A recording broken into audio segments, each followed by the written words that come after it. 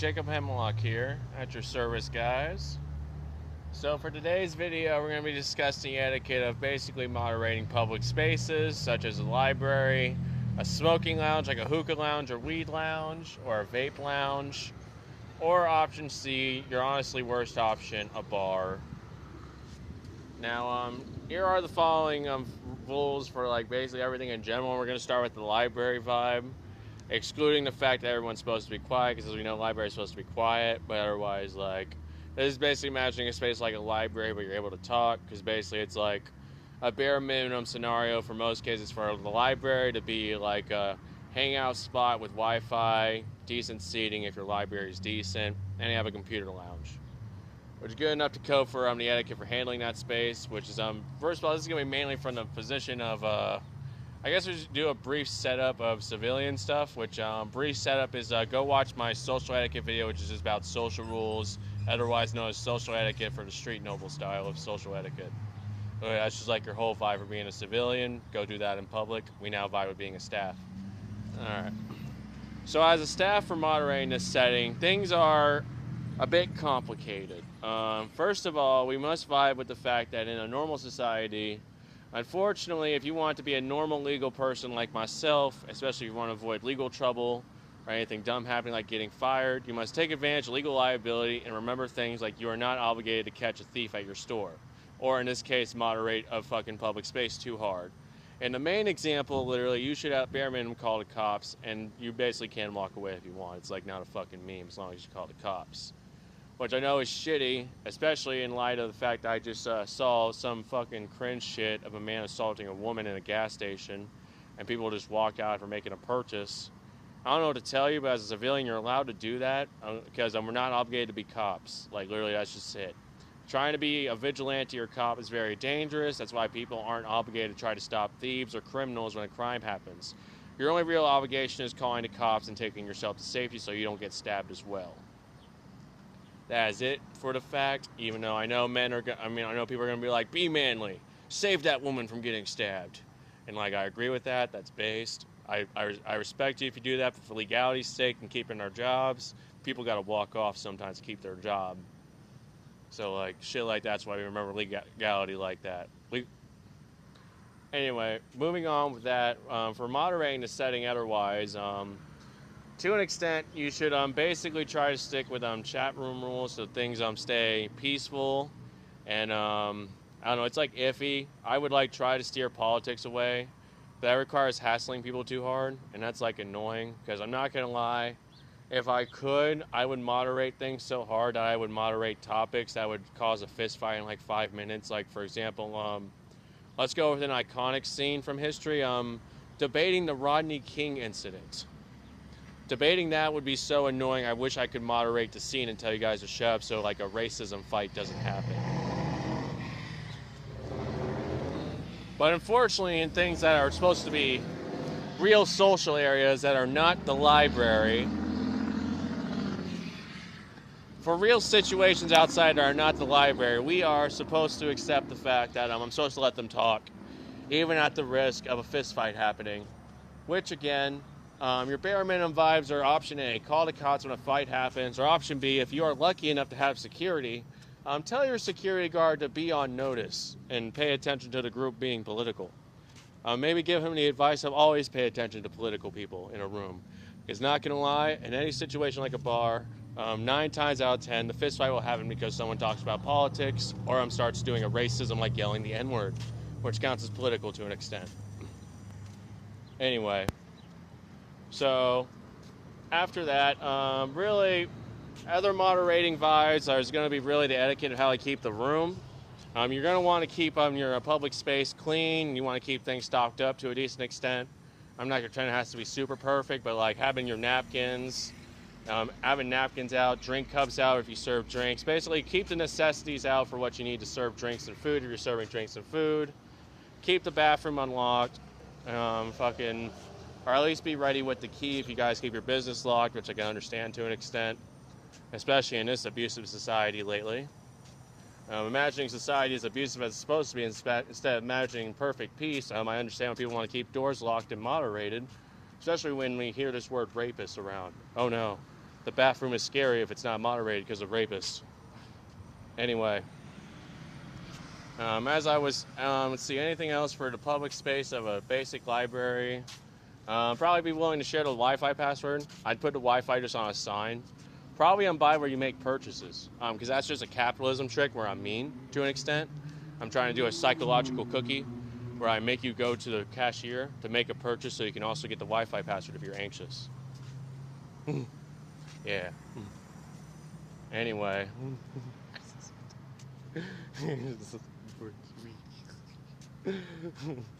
Alright, anyway, what else can I think of?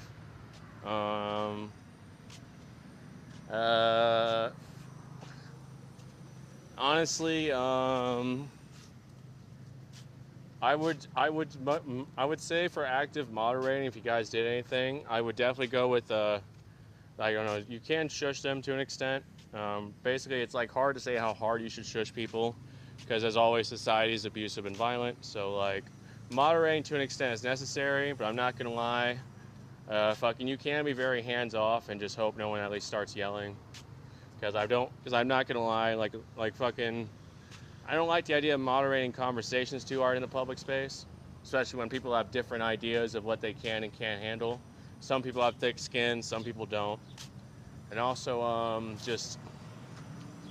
know, I would really at bare minimum moderate sensitive topics that were topical, or at least always relevant, like racism, sexism, homophobia, or just any recent news that is like annoying enough to where someone might punch someone in the mouth, like, I don't know, Andrew Tate getting arrested, Alex Jones getting a show stolen by InfoWars, and they're finally making shows about that. I don't know, other things. Oh, fun fact, InfoWars is bored enough to claim Alex Jones died. I thought that was funny. The new InfoWars did. They think Alex Jones died. I don't think they're serious. I think we all know they're memeing. Would have heard about that, or I might have just let that slip by. Correct me if I let Alex Jones' death slip by and they're not lying because they're bored. Because if I remember right, their death was funny. I think he claimed that he fucking blew steam out his ears or something during a suicide in a car, and that's what killed him. It was something dumb. It was like a dumb method of death. I was like, that's not real. No one dies from that. Anyway, I would definitely recommend moderating people with a shush, or maybe do an air horn and be like, that was annoying enough to set off the social justice police. Don't set off the SJWs. You'll cause a riot. Or something, I don't know. Fucking, it could be anything. I would moderate politics to an extent in a public space. Just if they get too hostile, really. I would let them discuss it in small groups by themselves as long as they're staying civil, but I don't know, in a minute, people just start pushing chairs away and just start standing up and flexing on people. Tell them to take it outside or you'll call the cops at least. Especially because there's things called property damage. And we've seen a bar fight in a movie. If they have a fight too hard inside, even just smashing a chair over someone's heads might cost you $30 to $100 if you got a good chair. Yeah, or more. Furniture's expensive these days. Even wooden ones are. Anyway, we'll go on there for the more, we'll go to medium difficulty for public spaces, which are going to do the smoking lounges with weed or tobacco.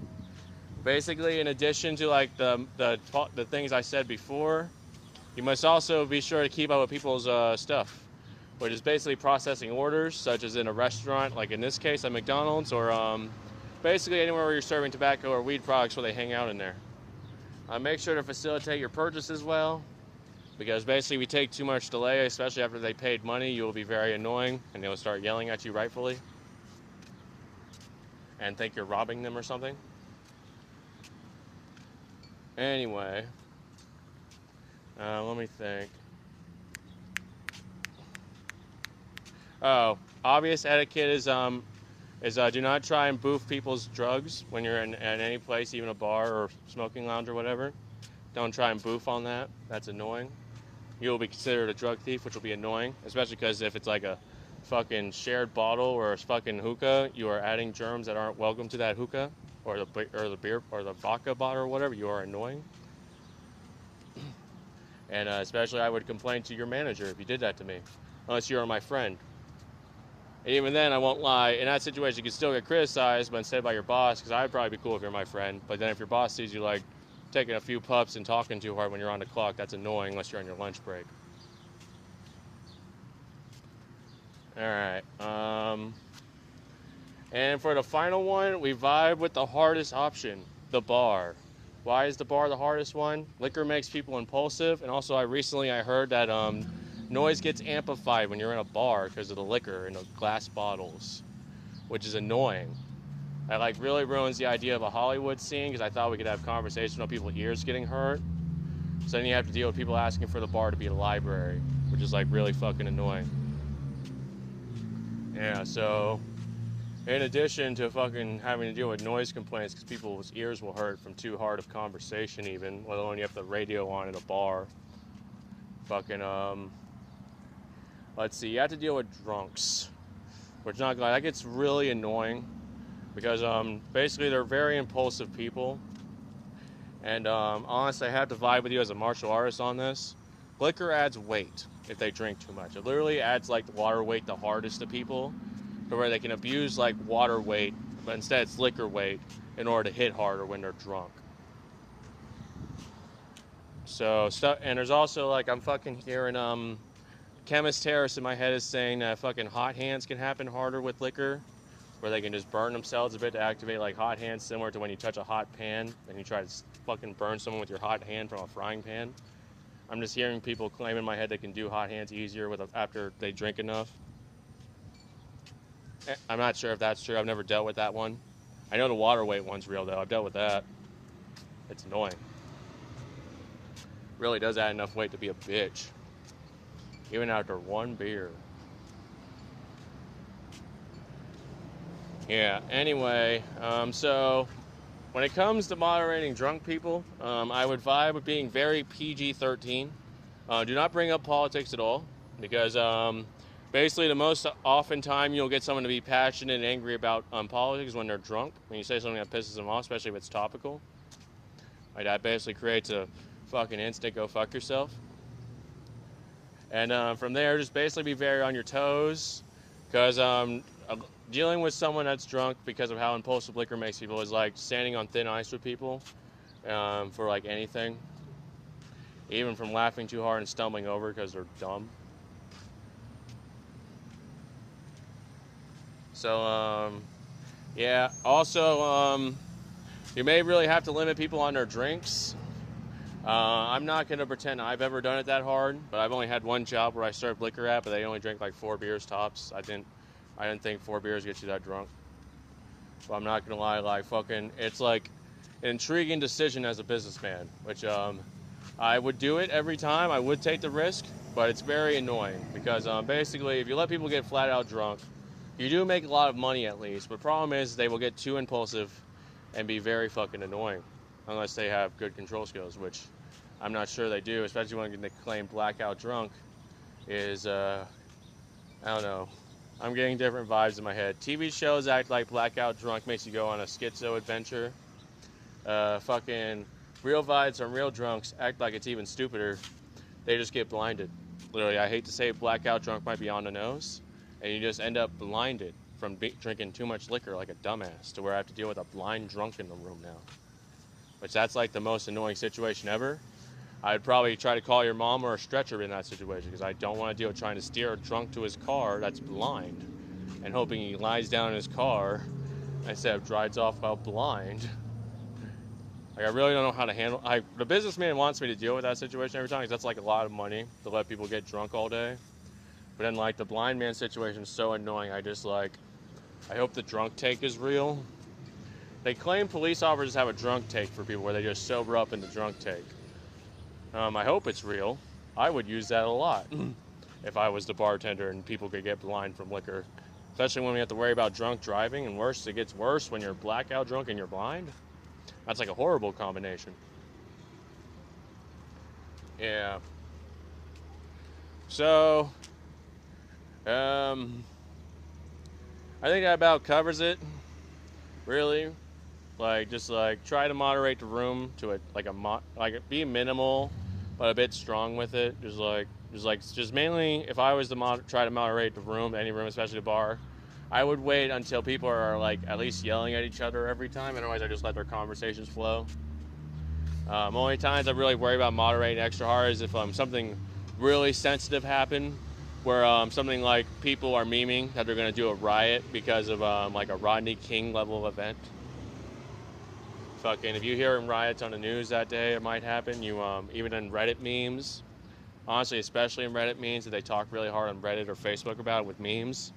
Fucking moderate the room a bit. I mean, fucking try to steer topics away from politics. Because if they're willing to go on a riot on Reddit, they might punch someone in the mouth that day. And also remember to be ready to call the cops if you want to do the real bare minimum, which is when shit gets violent, just call the cops and leave. Because that is your civic right as a civilian. You're not obligated to catch thieves or fucking defend your bar so hard you have to stop fistfights.